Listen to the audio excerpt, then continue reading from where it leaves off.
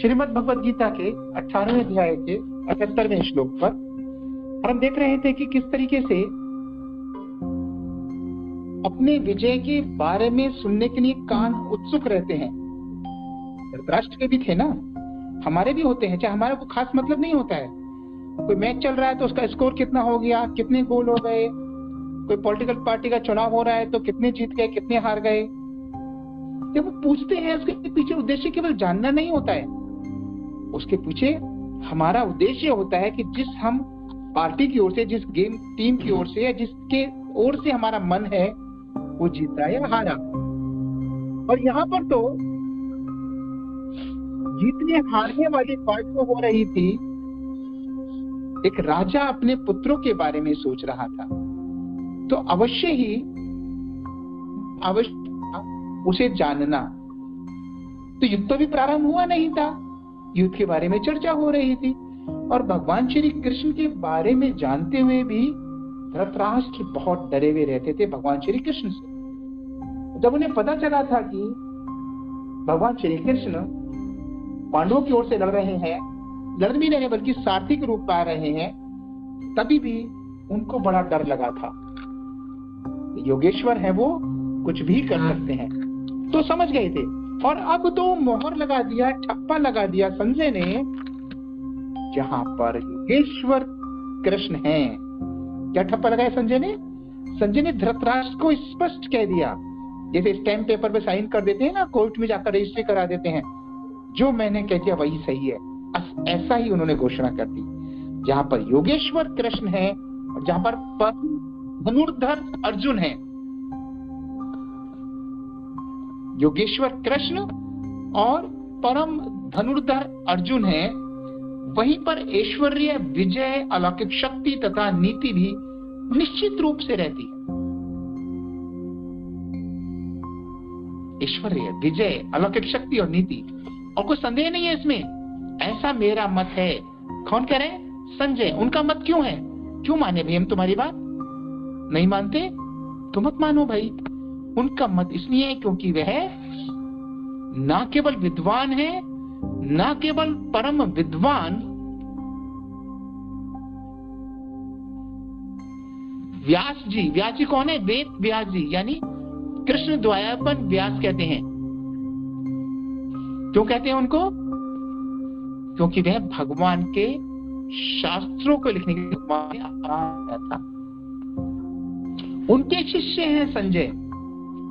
इतना ही काफी नहीं है, सबसे बड़ी बात क्या है जो कि उनको यह घोषणा करने के लिए योग्य बनाती है? कोई बताएंगे प्लीज? क्यों संजय के अंदर इतनी शक्ति आ गई कि वो घोषणा कर पाए, जहां पर योगेश्वर कृष्ण, जहां पर परम धनुर्धर अर्जुन, वहीं पर विजय होगी? कोई बताएं प्लीज, क्यों उनके पास ये शक्ति है? क्यों भविष्यवाणी करते थे, पंडित थे, शास्त्रों के ज्ञाता थे, भविष्य प्राण में पढ़ रखा था, माथे की लकीरें या हाथों की लकीरें देख के बता सकते थे। क्या थे संजय? क्यों उन्होंने ऐसा कहा? निश्चित रूप से हरे कृष्णा, कोई गैस करे? कोई आवश्यक नहीं, हम सबको सारी बातें पता है। हरे कृष्ण प्रभु जी, दंडवत प्रणाम। हरे कृष्ण जी माता जी बताइए। जी प्रभु जी, वो एक तो शुद्ध भक्त थे प्रभु जी, और वो किसी भी प्रकार के राग, द्वेष और मोह से परे, वो जो सच है और जो सत्य है उसकी तरफ थे प्रभु जी। ज्ञान और मतलब वो सत्य और सच्चाई के साथ थे प्रभु जी। वो किसी प्रकार के मोह के वश में नहीं थे प्रभु जी। हरे कृष्ण प्रभु जी। बहुत सुंदर माता जी। शायद सरोज माता जी कुछ कह रही हैं या मीनाक्षी माता जी कुछ कह रही हैं क्या? उनके माइक अनम्यूट हुए थे एक बार। जी प्रभु जी। और दूसरा, हरे कृष्ण, दंडवत प्रणाम प्रभु जी।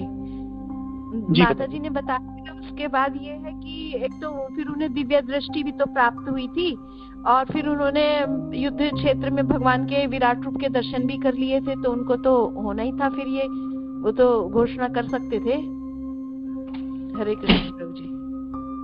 जी माता जी, धन्यवाद आपका भी।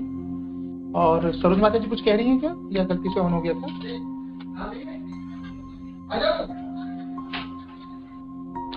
चलिए, दोनों का बहुत बहुत धन्यवाद, आपने बहुत सुंदर बताया। इसके अलावा एक और महत्वपूर्ण बात है, वो कमेंटेटर नहीं थे, कमेंट्री कर रहे थे, जो सुन लिया, देख लिया और सुना दिया। मैच में इतनी बॉल फेंकी, इतने गोल हुए, इतने बैडमिंटन में लव और लव पॉइंट्स होते हैं, वो करते हैं, वो नहीं था। उन्होंने भगवान श्री कृष्ण द्वारा दिया गया ज्ञान, अर्जुन की शंकाएं, उनका समाधान, एक एक श्लोकों को बहुत ध्यान से सुना था। श्रवण हो गया ना, सुनना, श्रवण बहुत ध्यान से किया था। और कीर्तन, उसी चीज को उन्होंने बहुत ध्यान से धृतराष्ट्र को सुनाया था। नवदा भक्ति की शुरू की दो चीजें, श्रवण और कीर्तन, दोनों काम उन्होंने तुरंत तुरंत कर रहे थे, विद इन ए मिनट, सुन के बताना, सुन के बताना, सुन के बताना। और क्योंकि उनके ऊपर व्यासदेव जी की कृपा थी, भगवान के भक्त, जैसे आप दोनों बता रहे हैं, बहुत अच्छे भगवान के भक्त थे, सत्यवादी थे, सारी चीजें बहुत अच्छी थी, पर उन्होंने क्या किया, भगवान की बात को सुनकर एज इट इज, यथा रूप में, ऐसे ही ऐसे धृतराष्ट्र को बताया। देखिए, आपको ध्यान होगा, बच्चों को कई बार हम कहते हैं, बच्चों स्कूल जा रहे हो, स्कूल से जो पढ़ाया उसको शाम को आके एक बार रिवाइज कर लो। और अच्छे पेरेंट्स और ज्यादा क्या कहते हैं, स्कूल जाने से पहले पढ़ के जाओ जो आज पढ़ाया जाने वाला है, स्कूल में पढ़ के आओ और घर में आके एक बार देख लो। फिर आप चाहे 1 साल बाद भी परीक्षा देने बैठोगे ना, तो भूलोगे नहीं, वो सारा याद आ जाएगा, है ना। आप में से कुछ पेरेंट्स, उन्होंने ऐसा किया होगा, कहा गया होगा उनको, या उन्होंने सुना होगा अपने माता पिता से जब वो बच्चे रहे होंगे।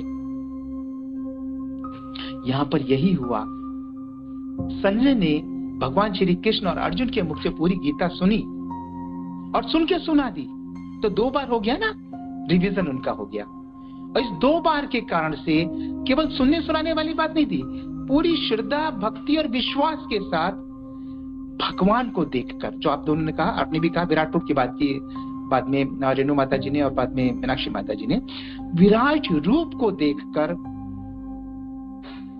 पूरी तरह से वो भगवान की शक्ति को समझ गए। और जो इस रूप को देख ले एक बार, अर्जुन ने देखा, संजय ने देखा, इन दोनों की बात अलग है, और धृतराष्ट्र ने देखा, उनकी बात अलग है। बहुत बहुत कठिनता से समझने वाला ये अंतर है।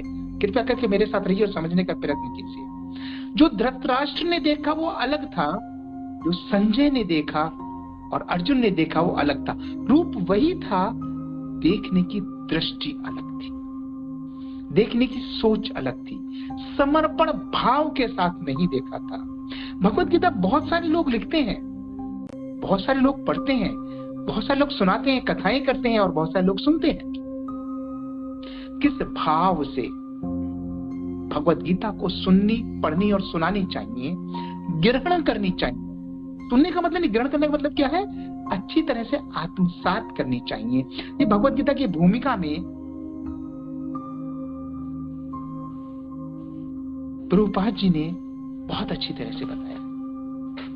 भगवत गीता को केवल भक्ति से ही समझा जा सकता है, श्रद्धा और समर्पण समझा जा सकता है। जो भगवत गीता को श्रद्धा, समर्पण, भक्ति से नहीं समझ सकते, तो अगर 100 बार भी सुनेंगे और 100 बार भी सुनाएंगे, उन्हें भगवान के वचन समझ में नहीं आएंगे। प्रभुपाद जी ने बिल्कुल स्पष्ट कहा है भूमिका के अंदर, पहले अध्याय के शुरू होने से पहले, भक्ति भाव से ग्रहण किया जाता है। तो जो रूप धृतराष्ट्र ने देखा, भक्ति भाव नहीं था बिल्कुल भी ना उनके अंदर। तो कैसे अर्जुन के प्रश्न से उठने वाली जिज्ञासाओं को अपनी मानकर और भगवान से मिले समाधानों से अपने आप को शुद्ध कर लेते? नहीं शुद्ध कर पाते ना। यदि वो शुद्ध हो जाते, घोषणा कर देते राजा की दृष्टिकोण से, अब ये युद्ध नहीं होगा, उनको उचित आधा स्थान दे दिया जाएगा, आपस में संधि होगी, ना हम आप पर आक्रमण करेंगे, ना आप अब में आक्रमण करेंगे, आप अपने हिस्से में प्रसन्न रहिए, हम अपने हिस्से में प्रसन्न रहें। भगवान की भी तो कृपा मिलती उनको फिर, लेकिन कैसे कृपा मिलती उनके अंदर जब भक्ति ही नहीं थी। भक्ति के बिना कृपा नहीं मिलती है, इस जीवन में तो कम से कम।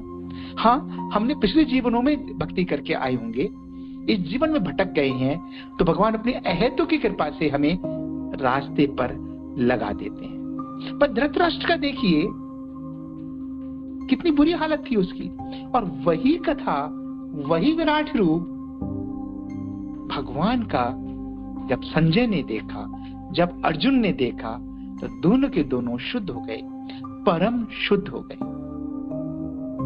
अभी से बहुत सारी बातें करनी है मुझसे, मुझे आपसे। ये श्लोक समाप्त नहीं होता है। श्लोक क्या है? पूरी भगवत गीता है इस श्लोक में।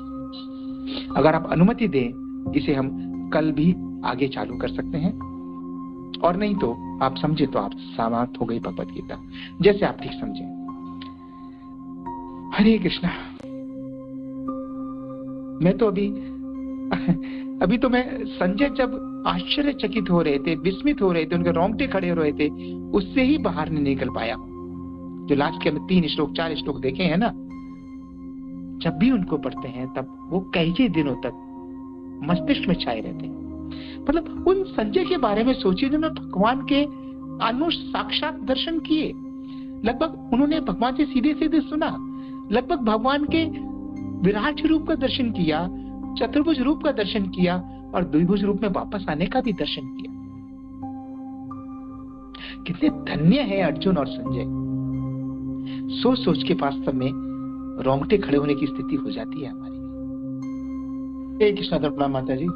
देखिए, आपने कहा कि समाप्त हो जाए, भगवत गीता कभी समाप्त नहीं होती है। ये तो शाश्वत ज्ञान है, और भक्तों के लिए तो हर एक क्षण, हर एक पल, हर एक श्वास में भगवत गीता होनी चाहिए। हाँ, अभी हम भक्ति में नए नए लगे हैं तो हमारे मनों में नहीं होगा, हमारी भक्ति नहीं है इतनी, हमारे दृढ़ता इतनी नहीं है, श्रद्धा इतनी नहीं है, विश्वास इतना नहीं है, और है तो भी हम भौतिक जीवन में अधिक उलझे रहते हैं। भौतिक जीवन के कार्य करते करते भक्ति कैसे कर सकते हैं, हम उसे भी सीख रहे हैं। तो भगवत गीता तो हर क्षण, हर सांस में हमारे साथ, आज नहीं तो कल, एक ना एक दिन आ ही जाएगी, ऐसा हमारा विश्वास है।